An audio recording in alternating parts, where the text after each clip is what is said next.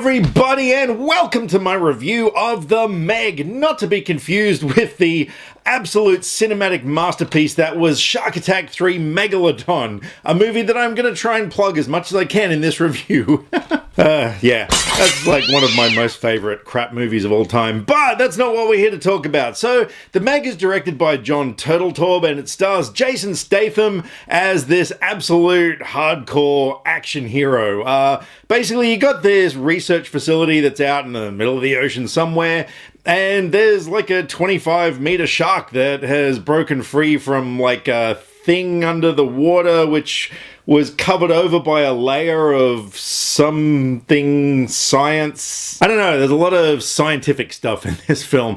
Anyway, it's broken free, it's attacking everybody, and they've got to stop it. I mean, what more do you expect from a giant shark movie? So when this movie was announced, like, I was really curious as to how it was going to be. I mean, let's face it, when you look at the history of shark films, of which there are a lot, you kind of range things from like Jaws, which is, you know, the benchmark film, and then, you know, you have all your Sharknados and your shark versus mecha octopus and land shark, and I don't know, there are just so many crappy shark movies out there. So I was really curious as to where this film was going to fit on the shark spectrum, if you will. And look, I gotta be honest, I think it's kind of around in the middle somewhere. Like, there was a lot of things that did good, but at the same time, it wasn't great. So look, for starters, Jason Statham, he's just always likable. He's just pretty much playing the same character that he plays in every movie, but you know, he's good value. Speaking of the cast, there was actually one person who was cast in this film that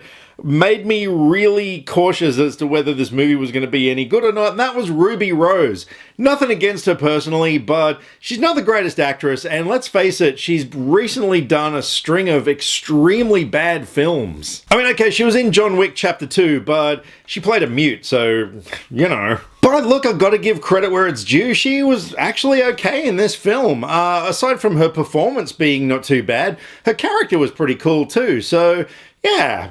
I can't really say anything bad about her this time. And the rest of the cast were fine. Rainn Wilson is in this film as this billionaire guy who's funded the whole research facility, and yeah, you know, he was good, but that was the thing, like, everyone kind of had these moments in the film.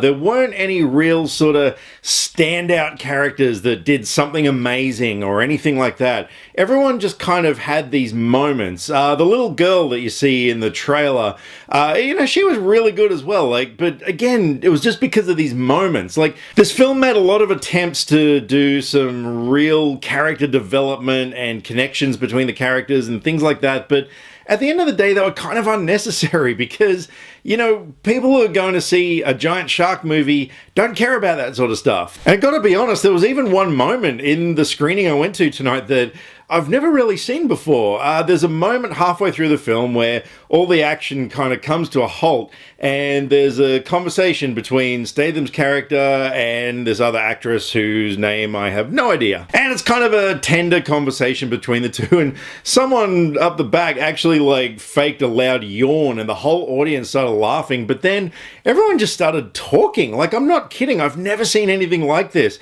Pretty much, it sounded anyway like the entire theater just started talking amongst themselves, and there's me, like, trying to watch this film, and yeah, it was bizarre. But aside from being a reflection on the fact that most audiences these days are kind of stupid, not you guys though, you guys are awesome, so if you're watching this, I'm not aiming this at you, you rock. But also, yeah, it reflected on the fact that this movie did have a lot of moments that were unnecessary. Like, the film, I think it went for nearly 2 hours, and you know, it just wasn't necessary. It could have been trimmed back by 20-30 minutes easily. The effects and stuff in the film were pretty good, and look, to be fair, there were a lot of moments of genuine tension in the film. There was some reasonably good action scenes, and this was all balanced out with some pretty decent humor.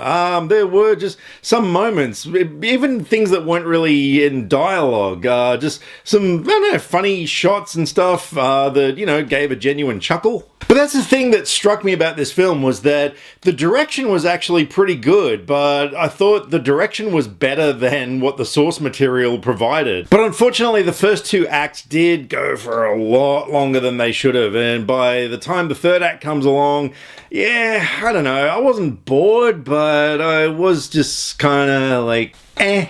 And another thing as well, the trailers really spoiled the movie. Not so much in terms of, like, when you look at the trailers, you can't really get a whole idea of what the story is about, but in things that you've seen in the trailers, when you're actually watching the movie, you can actually tell like what's going to happen because of things that you've seen. You kind of know where they're going to fit into place.